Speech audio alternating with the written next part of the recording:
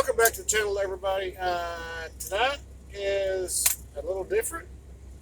I'm still working on the kitbash, but I'm kind of at a stop till I get to a Walmart. Tonight, I got called out to my truck. I stopped at a TA to get me a shower, and when I came out, the police was around my truck. Somebody had ran a Slim Jim into the driver's side of my door and opened it. Good thing that the driver that was to the passenger side recognized it was not me inside my truck. The police was called. They made off with my small toolkit, my big wood saw that I use for cutting dunnage to get back into legal specs with DOT. They took off with my Dremel kit. Roughly, they got away with about $150 worth of stuff. Did it stop me from working on the kit bash? No, it did not. It's going to slow me down some, but I still got my small hacksaw. I still got my medium hacksaw. Big hacksaw's gone. Big wood cutting saw's gone. But it's going to slow me down just a little bit.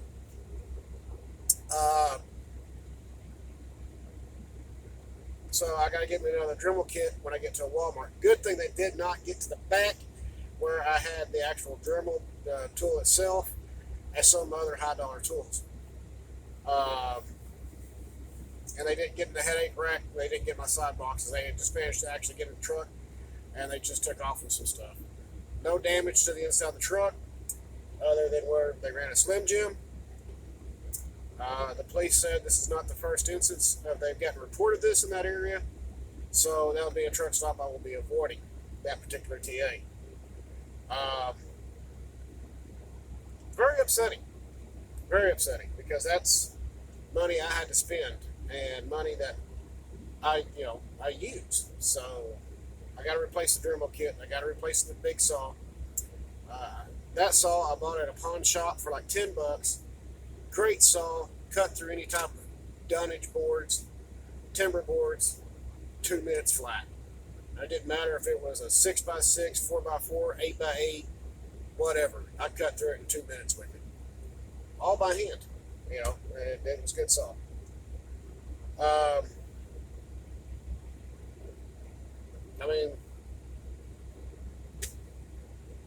They even took off my big metal cutting scissors. And that was beside my seat as well. And my tire thumper. And one of my air gauges. So, yeah. Not real happy about that, but hey. It could have been worse. I gotta be blessed that knowing it could have been worse and knowing I could have came out to my truck and it could have been totally destroyed on the inside. It could have been a lot worse. So, it's okay. I didn't get my shower because I was called back out to my truck, but hey, it is what it is, and I hope they get the person because the officer said this is not the first time they've heard of this happening at that place. Apparently, there's been some other stuff that's happened there. Life.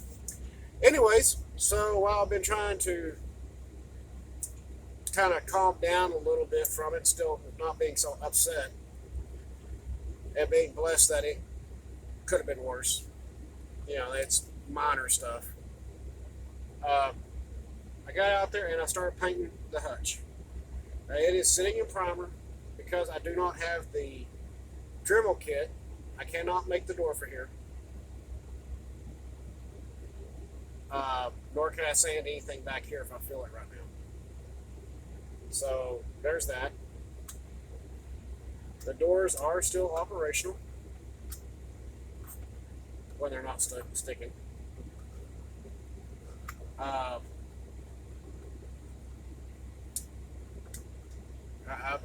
glad that this was not destroyed or any of my models that I've been building on for this channel. So that was a blessing too. I gotta let this dry up.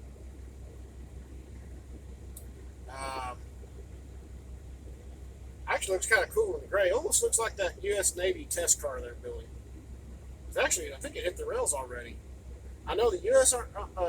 Navy built one, and the U.S. Air Force built one. Now, it was a very long car. Very, very long car. I screenshotted it because I was like, oh, look at that.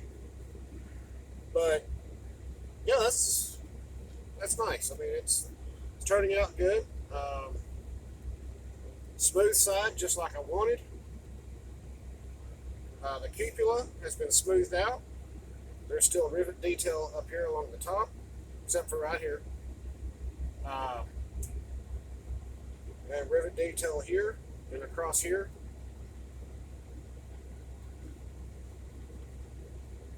Here and here. I don't know what I'm going to do with this ladder yet. I'm probably just going to go ahead and leave that one there.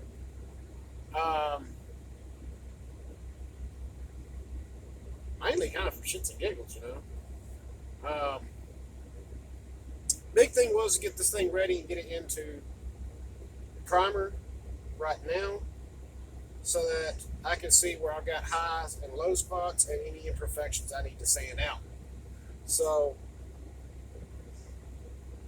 there's that. And right now I'm actually kind of happy that as much sanding as I've done to it, that there's not really too many imperfections. I've noticed one right here, which is a dimple. I'll have to fill that. One right here that I'll have to fill, and then sand up here at the cupola a little bit more. I mean, it's looking pretty good. I've still got to make, like I said, grab rails, both ends. Still have to make the ladders. I will have to hand cut these so that they'll sit right up on top instead of underneath. Because otherwise it's just going to look really weird having a low rail compared to a high rail. So if I go up top, just a hair, it's more into spec where it needs to be. So I'll have to hand cut those.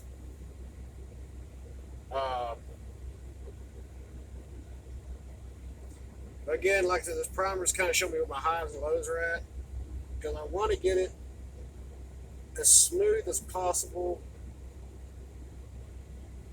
without being like overly perfect. So that's the reason why I did it this way. Ladders, no big deal to make. Well, we've made them on this channel before.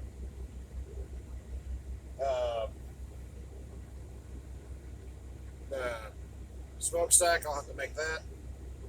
No big deal. We've done that on this channel before too. And then pretty much it's going to be ready for paint. And that one I do want to film because it's a color. I've mentioned it before, but I don't know how many people actually caught it. So I really want to paint that one during the day with everything on it. So y'all all can see it when it gets painted, and then I'll paint the stack and then paint the details. Lettering, it's not going to have Great Northern or F&M or anything like this. I'm making this car more of, I've always had a dream, and my dream was to own a cattle ranch. My great-granddad was a cattle rancher in Mahia, Texas. In fact, before the Great Depression, he pretty much owned Mahia, Texas. After that, he lost over half of it, but was able to recover. So it's always been my dream to own a cattle ranch. So I already had a name for it. And this car, even though it would still be pulled in consist with other cars, and it can even be pulled with the NDM and the F&M cars. I'm just going to call this a King Kepner Ranch build. Okay? Yes, my last name is Kepner. Where's my letters at right over here? There they are. Oh, yeah, and he didn't get away with these, thank God. Because I got these on sale. Um, these are the letters I'm going to use. Gold lettering. Each side of the car will say KKR for King Kepner Ranch. And I found, which this one I want to do a video on when I trim it down. I got these at O'Reilly's for $3. You know how many cars I can pinstripe with this? I'll show you how to trim it down. One side of it is actually, well, let me go ahead and open it because y'all can't see it, but I can.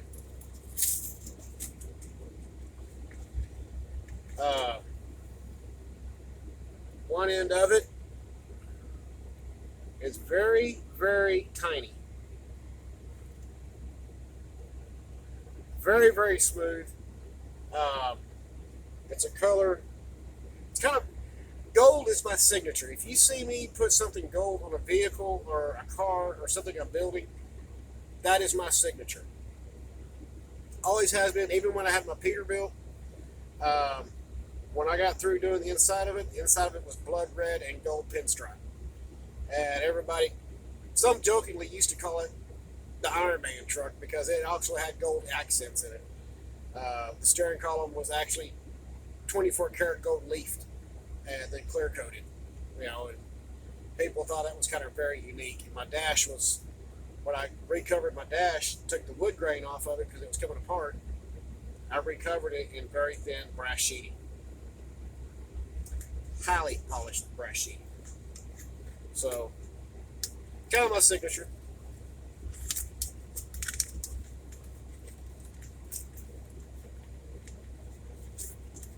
But as always, so there's the update on the car.